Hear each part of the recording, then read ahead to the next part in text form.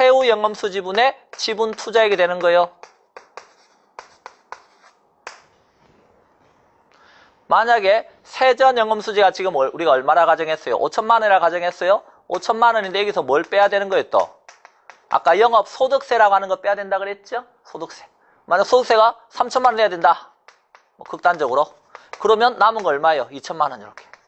그러면 여기 세후 영업세 2천만 원이고 지분 투자액 얼마다? 5억이다. 어유. 그러면 어떻게 돼요 이거?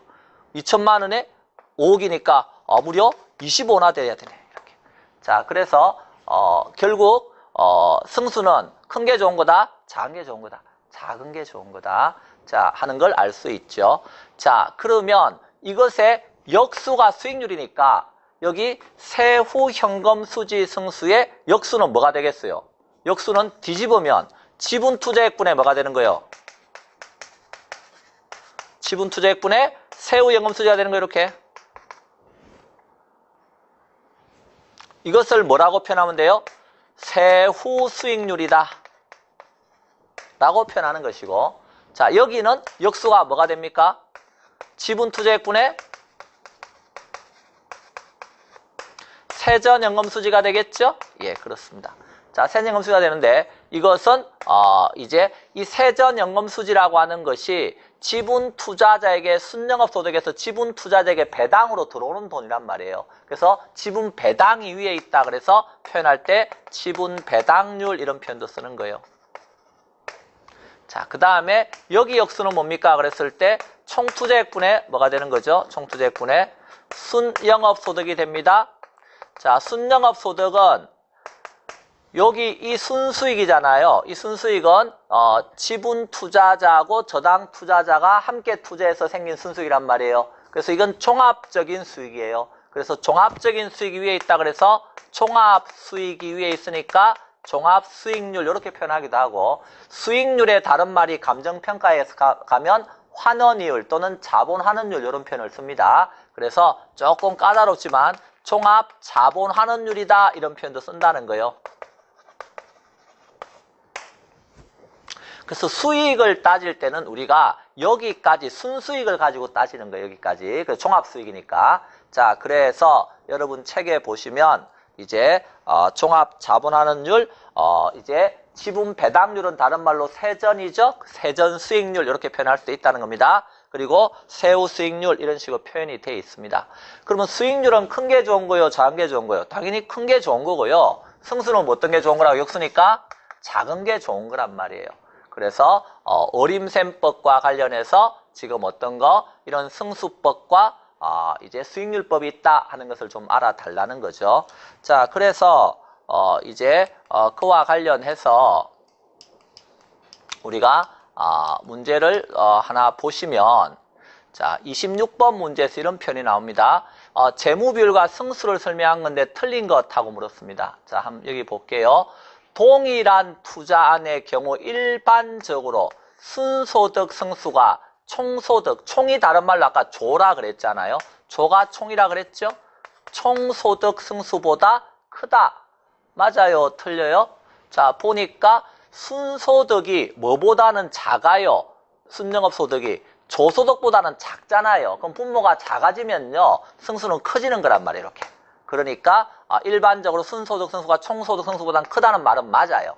자, 두 번째, 동일한 투자안의 경우 일반적으로 세전 현금 수지 승수가 세후 현금 수지 승수보다 크다 이런 말이 나오잖아요. 자, 요 이야기예요. 세전 현금 수지 승수하고 세후 현금 수지 승수가 있는데, 자, 어디가 더 커요? 하고 물어보면 세전 현금 수지보다는 세금 내고 남은 세후 현금 수지가 더 작아질 거 아니에요, 여기가. 그럼 분모가 더 작아지면요 당연히 이쪽이 어때요? 분모가 작은 쪽이 더 크게 나오는 거란 말이에요. 이렇게 요거보다, 세전보다. 그래서 동일한 투자의 경우 일반적으로 세전 현금 수지 승수가 세후 현금 수지 승수보다 크다 하는 말은 틀리게 되는 거죠. 어디가 더 큰 거예요? 보시다시피 세후 현금 수지 승수가 더 커지는 거란 말이에요. 이렇게. 그래서 얘가 크다는 거는요, 승수가 크다는 건 역수니까 수익률은 낮아진다는 뜻이에요. 수익률은. 여러분 상식적으로 생각해봐요. 세전 수익률이 높아요? 세후 수익률이 높아요? 세금을 내기 전에 수익률이 더 높은 거지. 세금 내고 나면 수익률이 떨어지는 거 아니에요. 그럼 세전 수익률이 높다. 즉 세전 수익률, 이게 다른 말로 지분 배당률이라 그랬죠?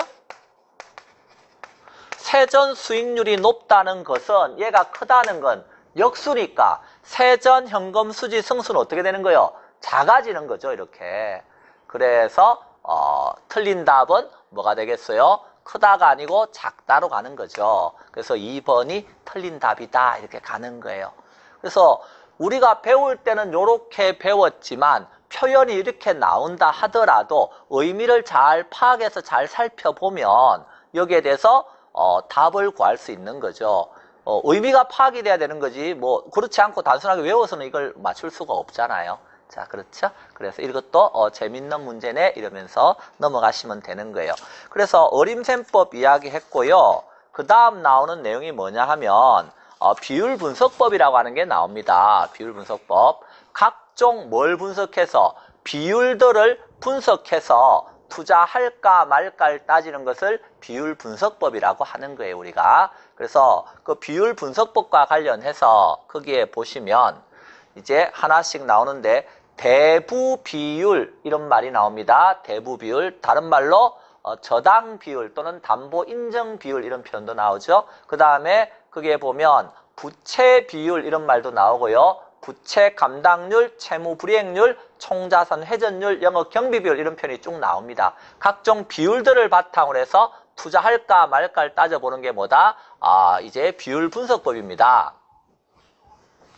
자, 그러면 그 경우에 비율 분석법에서 한번 보세요. 대부 비율이라고 써놨잖아요. 학계론에서 제가 아까 앞에 뭐라 그랬어요? 무슨 비율 그럼 앞에 있는 게 어디로 간다고요? 위로 간다 그랬잖아요. 그러니까 대부 비율이라고 하는 것은 대부 비율은 뭐가 위로 올라가야 되는 거예요? 대부액이 위로 가야 된다는 거예요. 그럼 대부액이 어디 있는 거예요? 저당 대부액이라고 써놨잖아요. 이게 대부액이에요. 다른 말로 융자액 이렇게 표현할 수 있겠죠. 빌린 돈. 그럼 융자액이 어디로 가야 되는 거예요? 위로 가라는 거예요. 융자액이. 그러면 융자액이 위로 가세요. 대부액 다른 말로 융자액이. 뭐 중에서 요 총 투자한 돈 10억이 곧 뭐가 되느냐면 부동산의 가치가 되는 것입니다. 그 가치가 10억이란 뜻이에요. 그래서 총 투자한 돈 중에서 은행에서 빌린 돈의 비율이 얼마인가 이걸 따져보는 게 대부 비율이에요. 다른 말로 하면 요 돈하고 요 돈은 크기가 같은 거니까 여기서는 부동산의 가치분의 이렇게 표현을 하는 거죠. 융자액이다. 그게 대부 비율이란 말이에요. 다른 말로 뭐라고도 표현한다? 담보 인정 비율 이런 말을 쓰는 거죠. 그래서 담보로서 얼마까지 인정해 줄 건가 이런 뜻입니다. 만약 부동산의 가치 5억인데 융자액이 3억이다. 그러면 대부 비율은 얼마가 되죠? 60%가 되겠네요. 이렇게. 자, 그러면 여기 표현에서 26번에 4번 이런 말이 나오죠?